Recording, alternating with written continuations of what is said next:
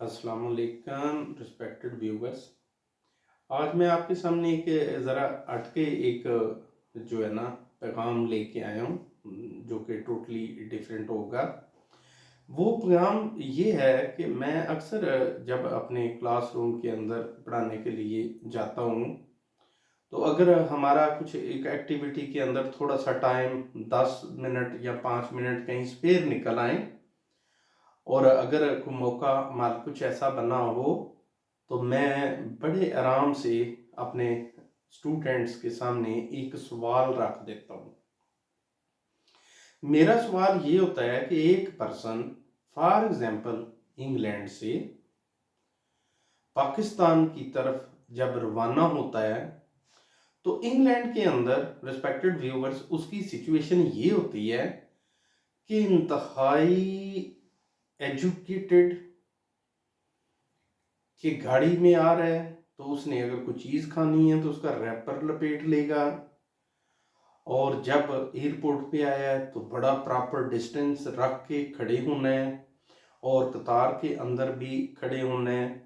और अपनी बारी का इंतज़ार भी करना है। और अगर खुदा न खास्ता उसके हाथ से किसी दूसरे को या बैग किसी को टच कर जाए, तो उस पाकिस्तानी को जो इंग्लैंड से ट्रेवल कर रहा है पाकिस्तान की तरफ, तो 500 दफ़ा भी सॉरी करना पड़े तो शर्मिंदगी नहीं होती। लेकिन जब वही पर्सन पाकिस्तान की सरजमीन के ऊपर लैंड करता है, तो जहाज से उतरने के बाद एयरपोर्ट से जब बंदा बाहर निकलता है, तो उसके बाजू कुछ इस तरह से फैल जाते हैं। जब इस तरीके से चलना है, तो अगर ये कोनी किसी की आंख में लग के उसको ज़ाया भी कर दे, तो इतने गुस्से से उसको देखना है कि देखते नहीं कि तुम्हारी आंख ने मेरी कूनी को गंदा कर दिया है, बदतमीज कहीं के, मैनर नहीं आते, तुम्हें नहीं पता मैं आ रहा हूं। और साथ में घड़ी भी राडो की बांधी हो और साथ में पैसे भी हों, तो फिर रवैया कुछ अजीबो गरीब किस्म का, मगरूर किस्म का हो जाएगा। और ऐसे होता भी है। तो मैं अपने स्टूडेंट से इतना को वाकया बयान करने के बाद अक्सर ये उनसे सवाल करता हूँ कि प्यारे बेटो, वो कौन सी ऐसी चीज़ है कि जिसकी वजह से वो बंदा इंग्लैंड के अंदर हो या स्विट्ज़रलैंड से आ रहा हो या किसी भी यूरोपियन कंट्री से आ रहा हो, वहाँ पे तो उसकी मैनर्स की लेवल पीक पे होता है। लेकिन जो ही पाकिस्तान के अंदर एरोप्लेन लैंड करता है, तो उसके बाद उसका रवैया रूड हो जाएगा और फिर सारा कुछ जागीरदाराना निज़ाम, अपना स्टेटस और उसको दूसरों के ऊपर जो है ना फोर्स करने के लिए भरपूर कोशिश वो बंदा करता है। ऐसा क्यों है? समटाइम स्टूडेंट्स फॉर एग्जांपल अगर एक उठता है तो कहता है सर एक्चुअली बात ये है कि वहाँ का कानून बहुत सख्त है और यहाँ इतना कानून सख्त नहीं है। मैं डिनाई कर देता हूँ, मैं कहता no no no my dear, that is not fair, not right. क्योंकि जितनी को मार मुजरम को इस हमारे कंट्री में पड़ती है, जितना कुछ शिद्दत का सलूक यहाँ पर होता है, बाहर के कंट्रीज में तो ऐसा नहीं होता। इवन कि वहाँ पे तो कत्ल का मुजरम भी अगर पुलिस उसको पकड़ती है तो उसको आराम से बिठाकर गाड़ी में ले जाएगी और कुछ दिनों में उसका फैसला हो जाएगा। लिहाजा वहाँ पे कानून सख्त नहीं है, कानून यहाँ पर सख्त है। फिर वो अपनी अपनी राय देना शुरू कर देते हैं कि सर असल में वहाँ यहाँ पे करप्शन है, वहाँ पे करप्शन नहीं है, सर असल में वहाँ पे लोग जो है ना वो पुलिस वाले डांटते हैं, यहाँ पे ऐसा नहीं है। मेरा सारे सवालात इकट्ठे करने के बाद उनको सिर्फ एक ही जवाब होता है कि देखो माय डियर स्टूडेंट्स, सिंपल सी बात ये ज़हन में बिठा लें कि अगर मुझे कहा जाए कि आपने क्लास 5 या 6 को मैथ्स पढ़ाना है, तो मैं चूँकि मैट्रिक का टीचर हूँ, तो मैं उस क्लास में जाते हुए बिल्कुल भी नहीं झिझकूंगा। मैं जाते ही अपने जाके उनको समझाना शुरू कर दूंगा। मैं बेशक वहाँ पे 2+2=5 भी लिख दूं, तो मुझे पता है कि बच्चों में से कोई नहीं बोलेगा। क्यों? कि बच्चे समझते होंगे कि ये सर सीनियर हैं, ये 2+2 शायद आगे जाके 5 हो जाएगा, तो शायद हमारी बेहतरी के लिए ये थोड़ा सा हमें थोड़ा सा ये मतलब जो है ना बेहतरी की तरफ ला रहे हैं। लेकिन साथ ही मैं अपने स्टूडेंट्स को बताता हूँ कि ऑन द अदर हैंड अगर मुझे बता दिया जाए कि सर आज आप जो फिजिक्स का लेक्चर देने जा रहे हैं उस क्लास के अंदर 20 पीएचडी प्रोफेसर्स ऑलरेडी बैठे हुए हैं, और वो सिर्फ ये इतना जज करना चाहते हैं कि आया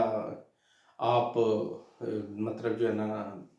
कैसे पढ़ाते हैं बच्चों को, आज उनके सामने लेक्चर देना है। टॉपिक कोई भी हो, बल्कि वो मेरे ऑप्शन का भी हो, मुझे कहें कि जो आपको दी बेस्ट आता है आप उसको जाकर एक्सप्लेन कर दें, इवन देन मेरे हाथ पांव कांपना शुरू हो जाएंगे। क्यों? मुझे पता है कि माइनर से माइनर गलती भी जानलेवा हो जाएगी और बिग ऑब्जेक्शन जो है ना सामने आ जाएगा कि सर ने तो फलां यूनिट लिखी है तो उसके नीचे ओवर के अंदर फलां पावर नहीं डाली, तो ये तो गलत है, ये तो बच्चों को जो बता रहे हैं सरासर जुल्म कर रहे हैं, इनको ऐसा नहीं करना चाहिए। उस डर की वजह से मैं कांपना शुरू हो जाऊंगा, या परफॉर्म कर भी लूं लेकिन डर लगा रहेगा कि कोई एक लफ्ज भी ऐसा ना हो कि जो कि रिलेटेड टू द टॉपिक नहीं है। तो बच्चों से पूछते हैं कि क्या ऐसा होगा? वो कहते हैं जी सर, प्रोफेसर्स बैठे हों तो वाकई ही मुश्किल होगा, लेकिन छोटे बच्चे बैठे हों तो कोई मसला ही नहीं होता। तो मैं उधर से उनको कहता हूं कि मेरे बेटो, ये जिंदगी में जेन में बिठा लो अपने कि बेसिकली वो जो यूरोपियन कंट्रीज हैं या डेवलप्ड कंट्रीज हैं, उनके अंदर उनके छोटे छोटे बच्चे भी जो हैं उनकी तरबियत ऐसी है कि वो मैनर्स के अंदर पीएचडी हैं। आप उनके सामने एक रैपर, आप उस माशरे के किसी भी जगह पे एक रैपर फेंक के तो दिखाएं, वो लोग शदीद रिएक्ट ना भी करें लेकिन आपको इतनी गौर से गहरी नजरों से देखते हैं कि बंदा शर्मिंदा हो कि वो रैपर अपने पास उठा लेता है, जेब में रख लेता है। और इवन के छोटे छोटे बच्चे हों, 5-5 साल के, 4-4 साल के, उनके सामने भी आप रैपर फेंकेंगे, वो भी परेशान हो जाएंगे, क्योंकि उन्होंने जिंदगी में ये देखा ही नहीं हुआ कि कोई बंदा चीज खा के रैपर ऐसे ही रोड के दरमियान में या घर के सेंटर में या गली में फेंक कर चला जाए। उन्होंने ये ऑब्जर्व नहीं किया होता, लिहाजा वो हमारी इस हरकत को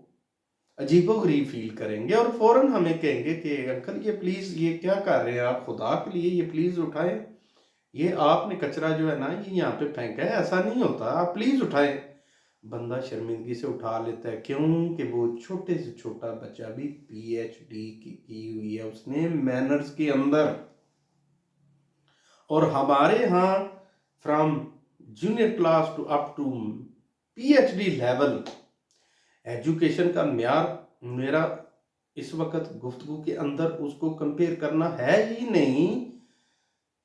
बड़ी से बड़ी क्वालिफिकेशन भी हमारे पास हो तो रिस्पेक्टेड व्यूवर्स, माजरत के साथ मैनर्स के अंदर हमने 2 जमातें भी नहीं पढ़ी। जहां पर बात मैनर्स की आ जाए वहां पर हम बिल्कुल इलिटरेट किस्म के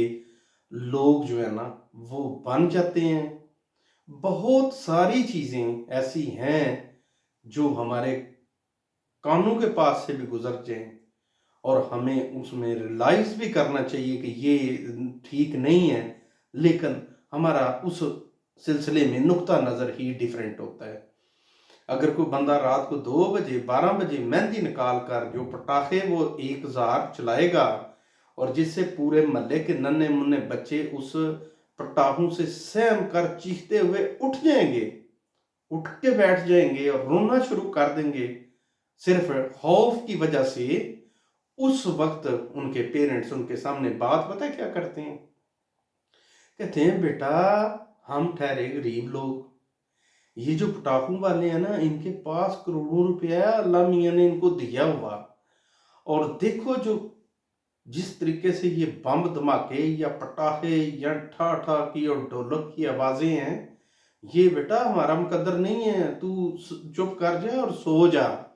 जब हम इस तरीके से अपने बच्चों को बताएंगे कि गलत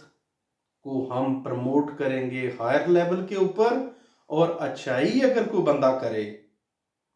तो उसको हम प्रमोट करें कि ऐसा बुज़दिली, नाकामी, निकम्मा। तो जब इस तरह के माशरे के अंदर सोच डेवलप हो जाती है तो उन माशरों के अंदर ना इमरान खान, ना नवाज शरीफ,